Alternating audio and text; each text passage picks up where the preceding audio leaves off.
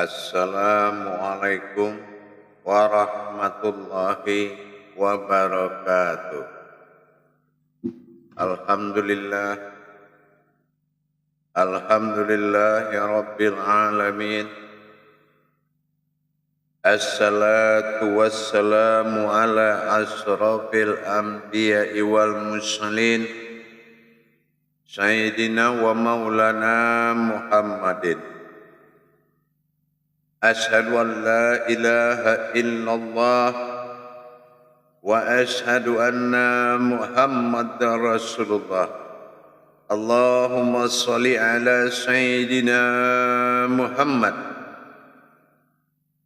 wa ala alihi Sayyidina Muhammad. Muhammadun musahabihil wal ikram, ya wal jalil wal ikram. La nabiyya ba'da, ibadullah wa itaqullah wa tahirin wal mujahidin amma ba'du. Alhamdulillah, bertemu lagi dengan saya, Guru Mursyid Syekh Nur Muhammad Buya Irwan Maulana Al-Khalidi dalam YouTube kesayangan kita, YouTube Tholabul Ilmi, YouTube Buya Pasaman Timur, dalam rangka meningkatkan iman dan takwa kita kepada Allah. Tidak akan bosan-bosannya kita mengajak berbagi wawasan dan ilmu pengetahuan sesama umat. Hablum minan nas wa hablum minallah. Bagaimana kita berhubungan sesama manusia yang bermanfaat kepada jalannya Allah.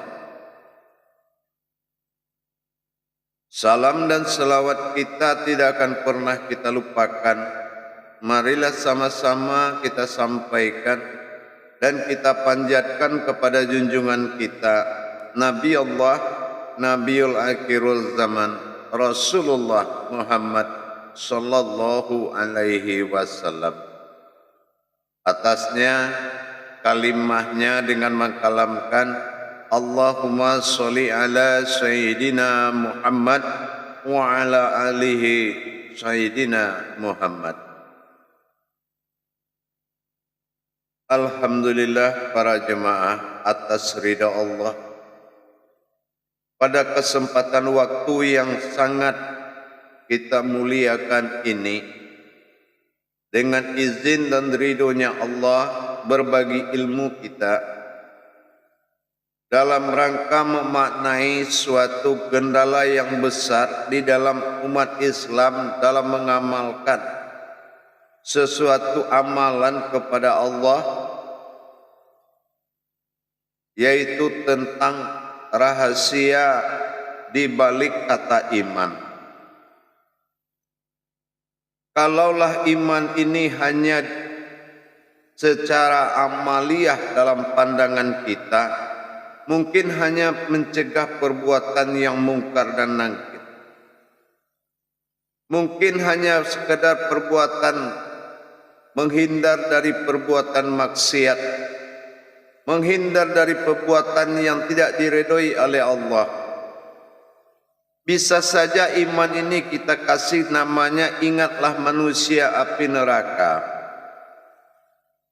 Tetapi dalam rangka meningkatkan kualitas ibadah kita, derajat diri kita kepada Allah, bukanlah makna iman itu mencegah, tetapi makna iman itu adalah mengimani hal-hal yang bersifat Allah dalam diri kita. Kenapa? Yang paling berat itu menerima kenyataan Allah pada diri dengan kita mempersulit diri sendiri. Padahal kita tidak mampu menerima, maka kita menyalahkan makom-makom kajian. Ada yang mengatakan tasawuf itu kajinya tinggi, susah, sulit. tarekat kaji terlalu jelimet, tauhid ketinggian, akhirnya akal dan nafsu memilih sesuai dengan kemampuannya. Inilah yang membawa celakanya kita dalam beribadah kepada Allah. Kenapa? Karena kita tidak paham apa yang dimaksud oleh iman. Iman itu adalah sebuah amanah yang akan mengamankan kita yang berwujud ilmu setelah kita bisa mengimani amanahnya Allah. Makanya kalau kita lihat di dalam Al-Quran ini ada kesenjangan sosial sedikit, tetapi penuh makna dalam ilmu. Ya ayyuhallazina amanu, wahai orang-orang yang beriman, tetapi tulisannya bukan imanu, tetapi amanu. Nah, iman mana yang membuat kita aman? Imanu itu adalah aminun. Aminun itu amanah. Jadi kalau kita sudah percaya kepada amanah Allah, maka amanlah kita. Aman dalam bentuk apa? Aman dari kesulitan, aman dari kesusahan, aman dari siksaan, aman dari kebodohan, aman dari kemiskinan, aman semuanya.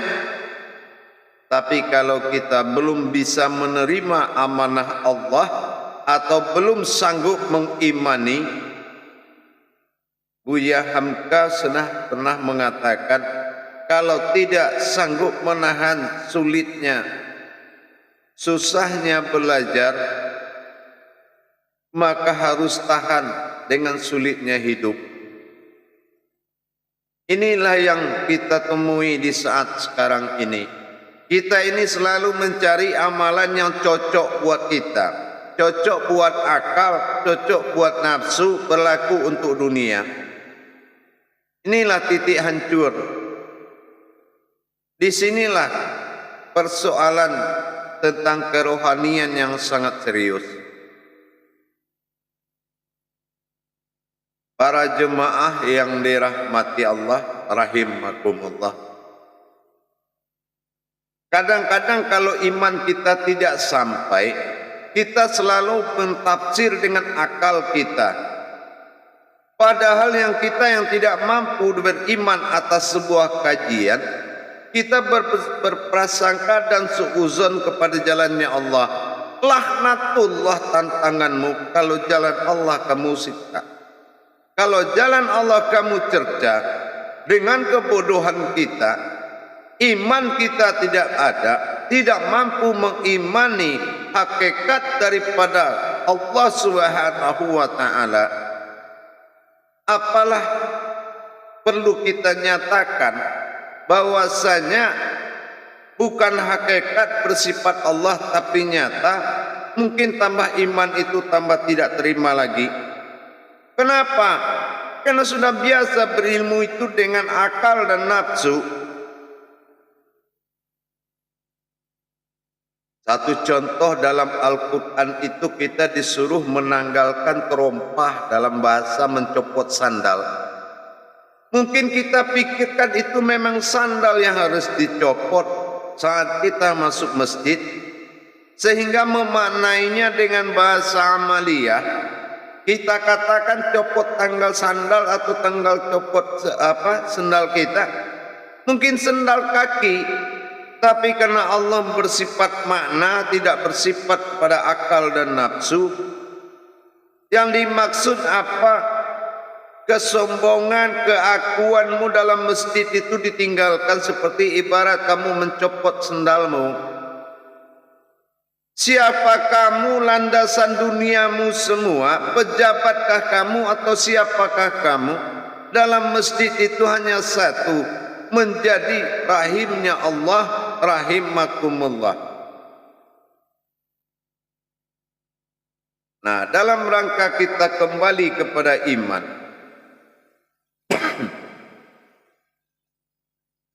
termasuk salah satu daripada syarat khusyuk salat adalah iman yang pertama.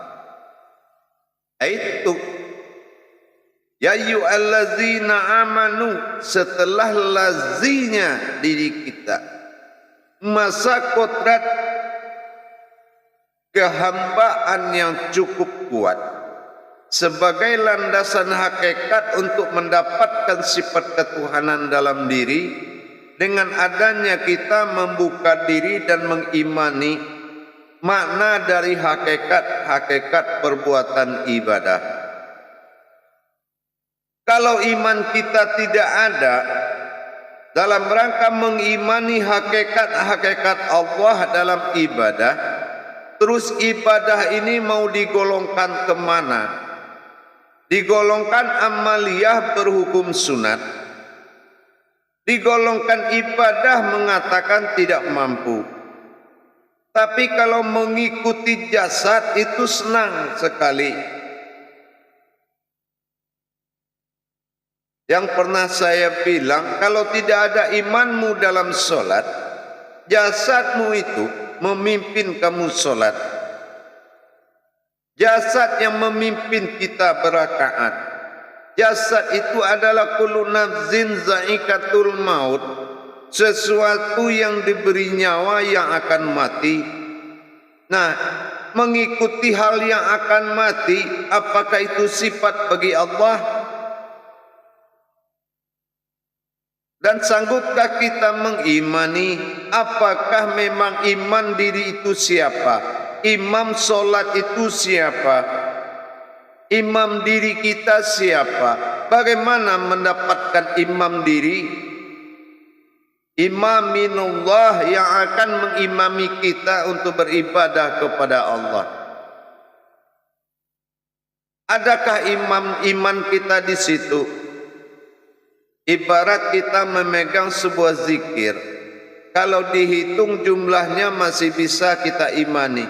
Tapi kalau kita dituntut untuk menerima apa yang kamu gerakkan dengan tasbih itu, berarti kita butuh iman. Iman yang mana? Iman yang amanah.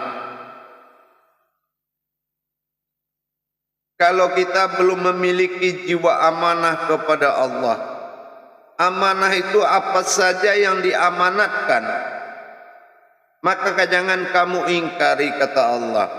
Kalau diamanatkan sebuah ilmu kepada kita dalam menjalankan perintah Allah, kita takbir solat, tapi kita tidak tahu hakikat daripada takbir dan tidak mau belajar, maka kita belum punya iman kepada Allah. Imaminullah. Mana imanullahnya kita? Mungkin kepada rukun dan rakaat kita bisa beriman, tetapi tentang kenyataan Allah pada diri, kenapa tidak mau mengimaninya? Mana imanullahmu? Mana ibadullahmu? Mana beribadah kepada Allah? Dan bagaimana kita beriman kepada Allah? Yaitu mengimani hakikat Allah di dalam amal dan ibadah.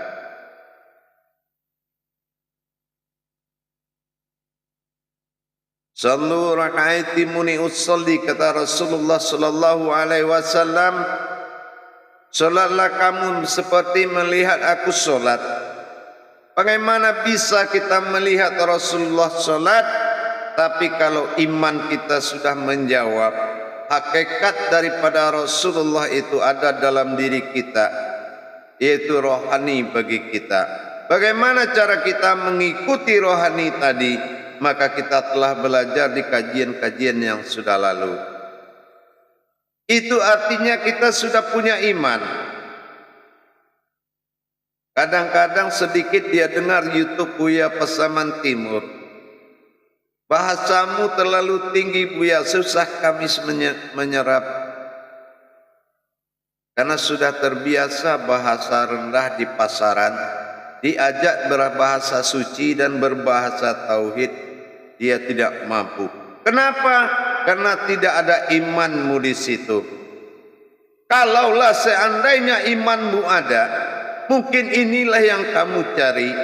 Tapi karena akalmu lebih besar dari imanmu, maka kamu memilih akalmu, ustadz yang bisa kamu atur, ulama yang bisa kamu kasih dengan jedahan. Tapi kalau ilmu Allah kamu tolak di dirimu, maka kamu telah memperpendek usiamu. Nyata ibadah itu menentukan umurmu. Para jemaah yang dirahmati Allah, hadirin rahimakumullah.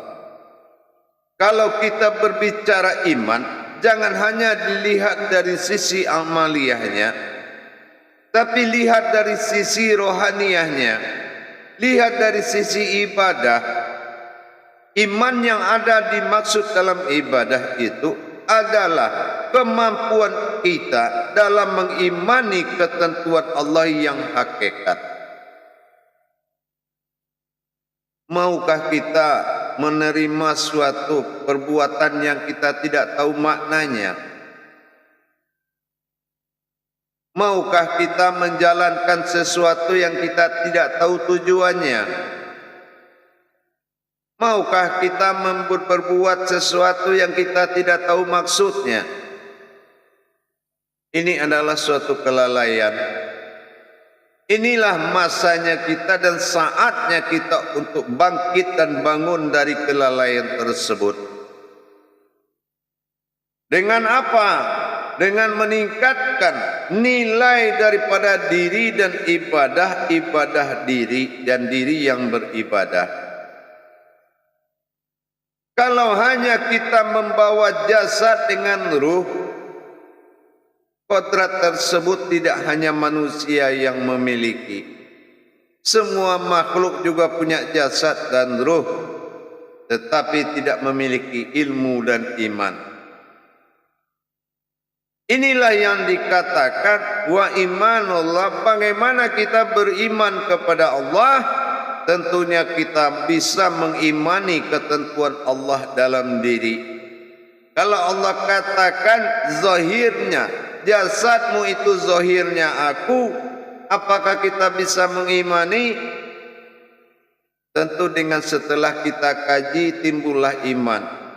Tapi kalau hanya dengan sebuah kata yang dikasihkan kepada kita melalui sebuah telinga, mungkin alam akal kita akan membantah bahwa kita adalah zahirnya Allah.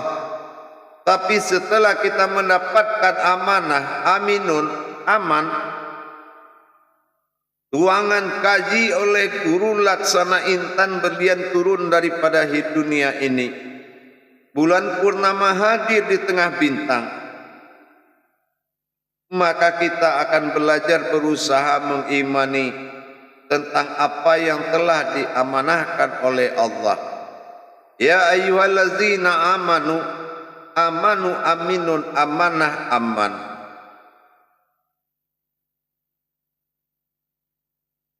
Para hadirin jamaah yang dirahmati Allah rahimakumullah.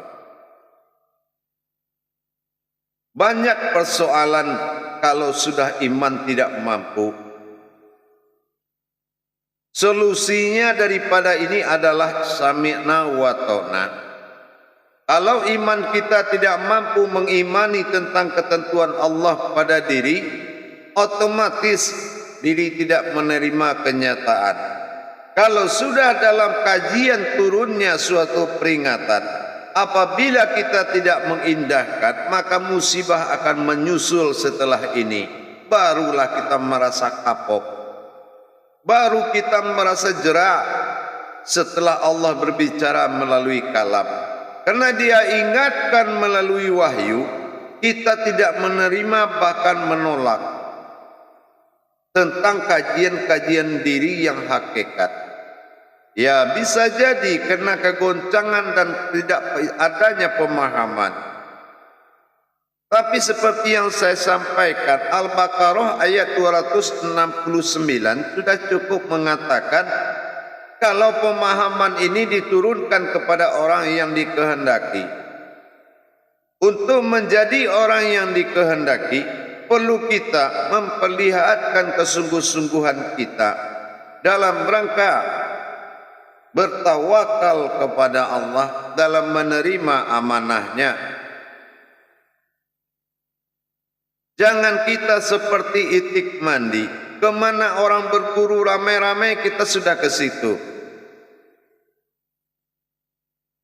Harusnya kita berpikir dulu. Apalah tubsirun. Kenapa kita tidak mau berpikir? Untuk itu para jemaah, mari kita tingkatkan kualitas iman di diri kita. Dengan apa? Dengan kita sanggup mengimani ketentuan-ketentuan Allah dalam diri. Kalau umpamanya ketentuan itu baru datang dari tingkat alam jasad, kalau kita memang bisa menerima, kenapa kita harus mempersulit dengan mempertanyakan yang membuat kesulitan ke diri kita? Kalau kita bertanya, cari kemudahan yang paling tinggi. Ibarat kita dititipkan sepeda karena tetangga pulang kampung, karena terlalu lama tinggal di kampung, balik lagi sepeda tidak diakui lagi milik tetangga. Nah, ini yang dialami umat sekarang. Terlalu lama berdunia memakai kodrat-kodratnya Allah sehingga insan hidup sendiri, hati hayat sendiri. Inilah yang membuat Allah akan berbicara melalui alamnya dengan bahasa kejadian demi kejadian. Ditambah lagi dikala kita butuh jalan, dapat lagi sopir yang membawa penumpang ke tidak ketujuannya. Ini yang lebih parah lagi. Sopir dapat yang membawa kita tidak ke alamat kita, tetapi dibawa kita dalam masa sulit itu ke taman wisata yang menjanjikan kita akan hidup indah, hidup enak selamanya. Bagaimana bisa orang yang tidak ada imannya kepada Allah bisa masuk surganya Allah? Surga mana yang menerima orang yang hidupnya tidak dengan Allah? Dan surga mana yang bisa menerima kodrat Allah ditolak dari dirinya? Tapi pengajian yang bersifat hayalan, yang sifatnya amaliyah, yang tidak ada berhubungan dengan kemampuan rohani, itu disenangi oleh sebagian orang. Kadang-kadang untuk memahami jalan-jalannya Allah, mengalahkan jalan pemahaman leluhur, itu bisa kalah pemahaman jalan kepada Allah. Kebiasaan mengamalkan ilmu-ilmu batin bisa mengalahkan dirimu untuk mencari amalan kepada Allah. Dan kebiasaan kita dalam menyenangi sebuah sejarah yang tidak ada berakhir dan berawal bisa juga mengalahkan batinmu kepada Allah. Akhirnya apa? Semua bergantung di sebuah sunnah yang bersifat ranting bagi sebuah pohon. Bukannya pohon tempat sandaran, kita malah bergantung ke sebuah ranting yang rantingnya mudah patah, yang wajib sebagai pohon tidak pernah kita larutkan dalam hidup 24 jam, yaitu hakikat Allah pada diri. Bertuhan dalam 24 jam dikalahkan oleh solat 5 waktu, yang hanya pengakuan bertuhan itu hanya 5 waktu.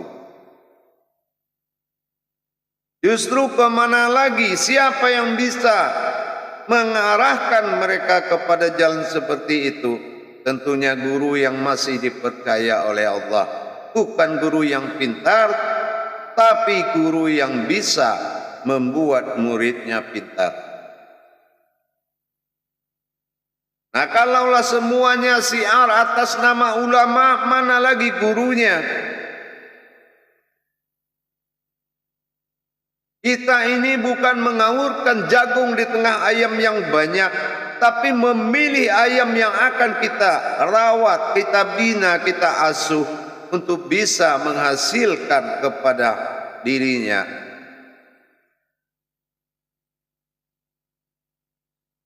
Jangan ambil porsi yang mana umat tidak mampu bergantung di situ. Memang semuanya izin Allah. Tapi kalau niat kita bersatu dengan niat Allah, sama-sama kita memikirkan umat ini, bagaimana solatnya menghadap Allah dan zikirnya mengingat Allah. Kita luruskan hidupnya Allah. Ayatullah. Tentunya dengan kita bisa membuat umat ini mengimani ketentuan-ketentuan Allah dalam hakikat. Kadang sudah ada lagi ajaran turun bikin kaya dan bayar utang. Bukannya tentang Allah itu belum selesai. Bukankah kita menyerahkan seorang ulama, menyerahkan seorang umat kepada Allah, sehingga Allah perhatikan umat itu? Bukannya kita yang harus memberikan amalan kaya, zikir kaya. Kenapa berimbas seperti itu? Kenapa? Karena gurunya saja tidak kenal dengan Allah, maka amalannya sangat banyak. Ini suatu kehancuran bagi umat.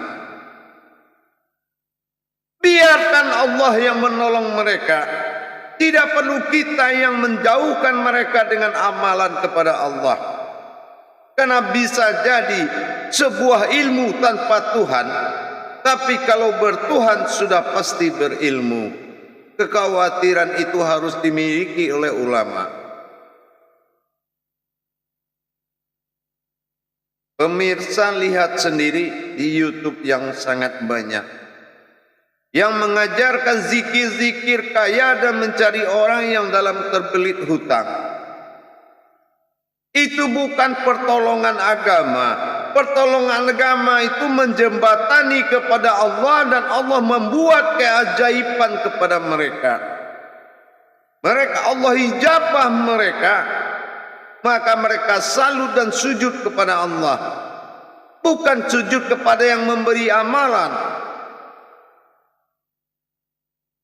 Inilah hakikat Allah yang tidak hayat dalam diri. Akibatnya ketergantungan dan menghalalkan segala cara. Itu disebabkan oleh apa? Itu disebabkan oleh lemahnya seseorang dalam mengimani ilmu-ilmu Allah. Apa ilmu Allah? Hakikat dari muka safahnya sebuah solat. Bagaimana kita bisa mendapatkan pertemuan, mendirikan hakikat-hakikat daripada solat, sehingga kita telah memberikan perhatian sepenuhnya kepada Allah, sehingga tidak ada lagi tempat dan kosong dari perhatian kita kepada Allah guna untuk diduduki oleh setan atau iblis. Tapi malah diambil alih perhatian orang yang lagi teraniaya ke dalam jalan-jalan dunia bermodalkan amalan-amalan Islam. Astagfirullah. Inilah yang kita khawatirkan. Pertolongan datang dari orang pintar. Pertolongan datang dari pembawa agama, bukan dari Allah.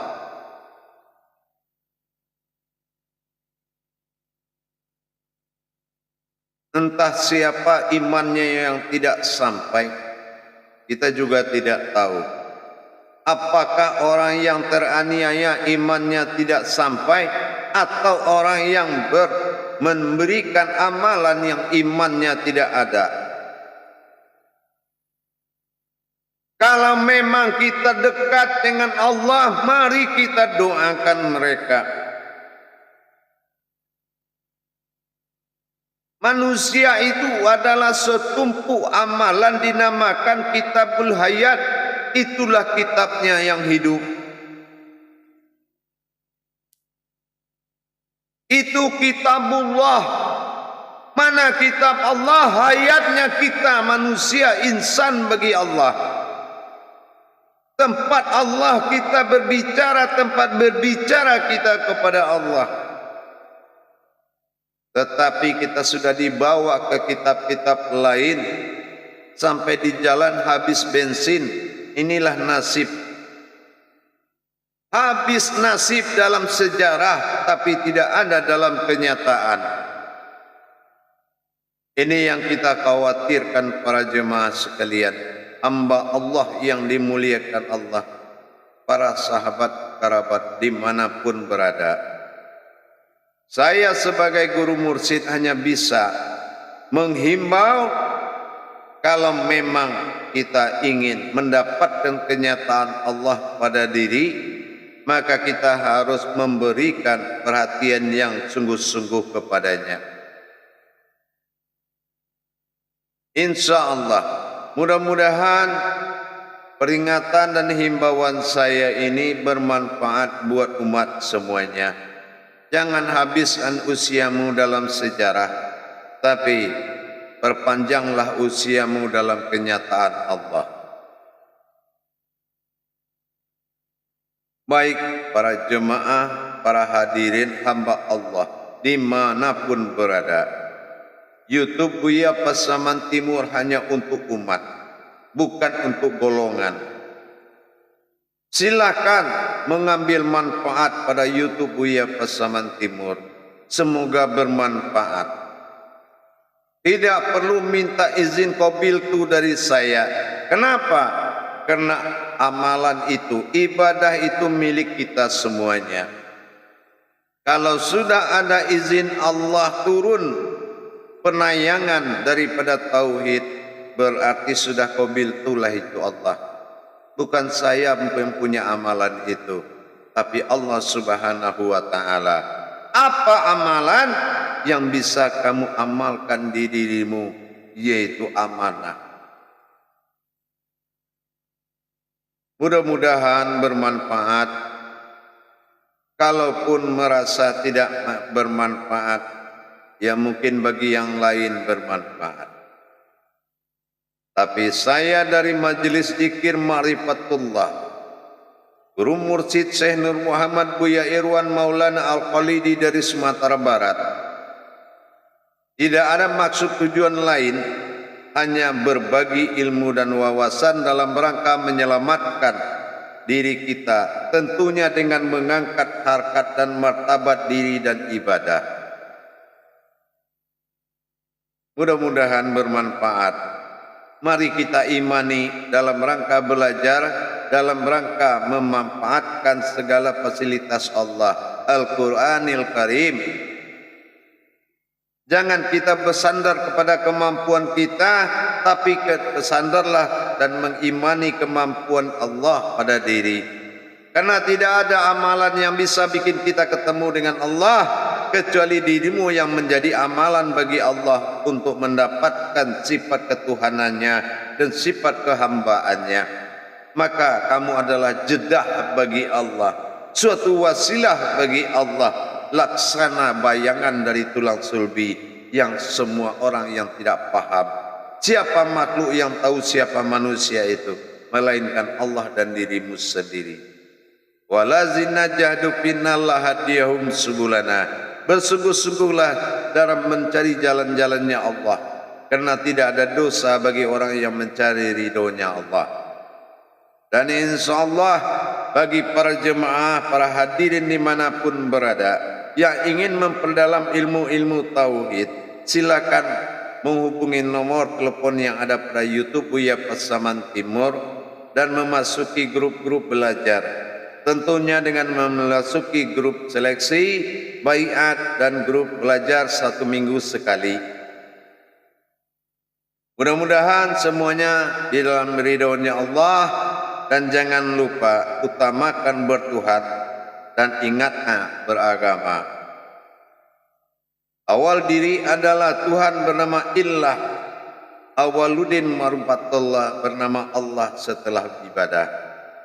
Wujud diri bagai ibadah, mewujudnya diri dalam ibadah, wujudnya Allah dalam disembah.